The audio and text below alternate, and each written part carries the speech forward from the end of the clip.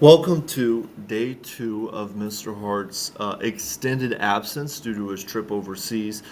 We are going to hone, or I guess you are going to hone in on the Aztecs, perhaps the most famous of the Mesoamerican civilizations today.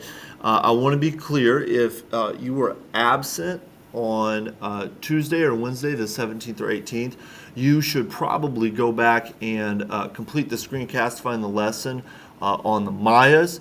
Ideally, whether you left them in the room or brought them back, you should have your, we'll call them jumbo posters that you are going to add to progressively as you learn about these different civilizations. So work through this document, work on the poster, rinse and repeat for the day three, the Incas coming up in your next class. You can see it right here, but there is a little bit of a warm-up slot with 4 bullets. This one is nice and simple.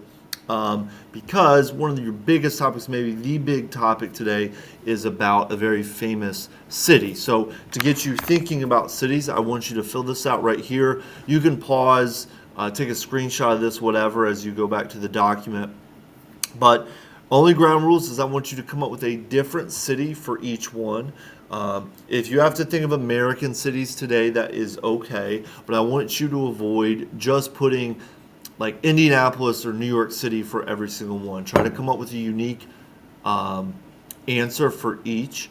Um, if you have to do some Googling or whatnot, that's fine. But honestly, first cities that pop into your head when you hear them is also good. If you can get a couple for each bullet, that would be awesome. But try to have diversity in your answers. Don't just pick London, New York. You can have those maybe just once, but try to have some variety in your answers, and I think those get you in a good mental place because you're going to learn about perhaps the most famous city located in Mesoamerica. So when you're ready, move on, come back for your slides of instruction. I'll take it you've done the warm-up and have some good answers at this point.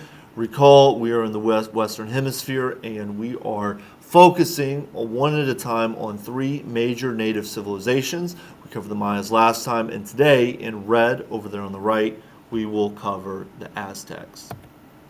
Now, early beginnings are not as far away as you might think. Just a little over 1,000 years ago, up until the 1500s, were kind of the peak or the prime of the Aztec civilization.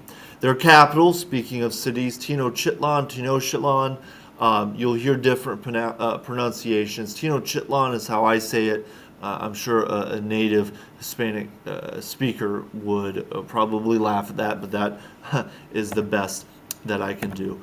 At its peak, it had 5 to 6 million people in it. Again, bucking that notion that Native Americans were all like little groups wandering in the woods. The Aztecs were a full-blown empire with a single ruler, and were very much at the peak of their powers, unified. And they were conquerors. Maybe you remember the Assyrians a little bit, and they created this empire, I should say, through conquest and then forming strategic alliances in future day Mexico. And that fancy word for taxes, they would demand tribute for conquered peoples when they took over, as they added to their population numbers. Big, powerful empire, perhaps the most famous of the 3 that we'll cover while I'm on my trip. Oh, one more bullet. They were very, and I kind of said this out loud, they were very aggressive, they were very warlike, they were a feared people. You don't get to a population empire as big as they did without conquering a few smaller, weaker groups. Now we're ready for the slide on Tenochtitlan. It was created in the middle of a lake. It's a water city, as so many things we've learned about so far this year were formed in and around water. It was created in the middle of Lake Texcoco, which is down again in current-day Mexico. There's a very famous story, a very famous legend, kind of a myth that is very important to the Aztecs and even like the Mexican people today, that says that kind of wanderers saw an eagle perched on a cactus with a snake in its beak, a very distinct, a very vivid image. And that was sort of a sign, perhaps from the gods, that this was a place where a city should be formed and created. That's just what they did. At its peak, it had 200,000, not 200 and 200,000 inhabitants. And they were very good at farming. You remember Slash and Burn with the Mayas. They, the Aztec people, were very good at creating these things called chinampas, which could be a great visual to draw for your posters, by the way, which were known as floating crop gardens, where they would kind of have rows of water next to strips of land where they could farm. And the nourishment from the water and the way they were able to structure these allowed them to form basically on this lake. They also created lots of canals and causeways, which basically like walking paths and things like that over the water. If you've ever been on a spring break trip to Florida or something like that, where they have those walking areas where you're basically right on top of the ocean, but you can stand with shoes and sandals on and things like that and move about.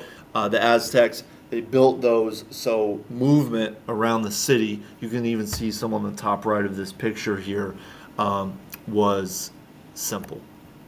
Speaking of that story with the eagle with the snake in its beak, that image is actually, if you've ever wondered or looked at it closely enough, the central image that is in the middle of the current day Mexican flag. You can also see on the right some modern pictures of those chinampas, the floating crop gardens, if you will. And FYI, you'll have some videos here in a second.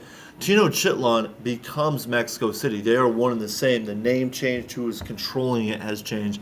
But even today, Mexico City is one of, I think, 8 million plus people, one of the 10 biggest cities in the world. So another great example of how some of this stuff we're learning about in a world history class is not as ancient as you might think. And sometimes just the names and societies change, but what you're learning about is still very real, even in 2024 and beyond. You've seen lots of these before. Social classes, most people would have been peasant farmers. They did have a slave population. And of course, they had kind of that pyramid-shaped society where you have an emperor at the top, followed by nobles and elites, things like priests, warriors, and merchants. So they were a complex civilization, just like all the others we learned about in units 1 through 3. Now, religion was a big part of their culture, and there's a very unique element to it that's a little bit gruesome. But the Aztecs believed that their gods sacrificed for them to be able to sustain their empire and enjoy the benefits of living on Earth. So, because of that their gods sacrificed for them in their belief system, their polytheistic belief system, they thought that their priests also needed to perform sacrifices themselves to please the gods that had sacrificed for them in the first place and thus prevent disasters. Now, here are some names of gods I'm not even going to try to pronounce.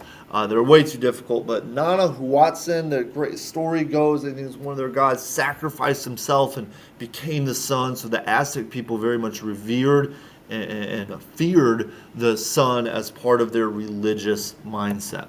And what's this all leading to is, very famously, the Aztecs actually practiced human sacrifice on the steps of their religious temples. And there's some gruesome stuff, if you want to Google it, where they would cut open people that they had captured in war and take their still beating hearts and like lift it up.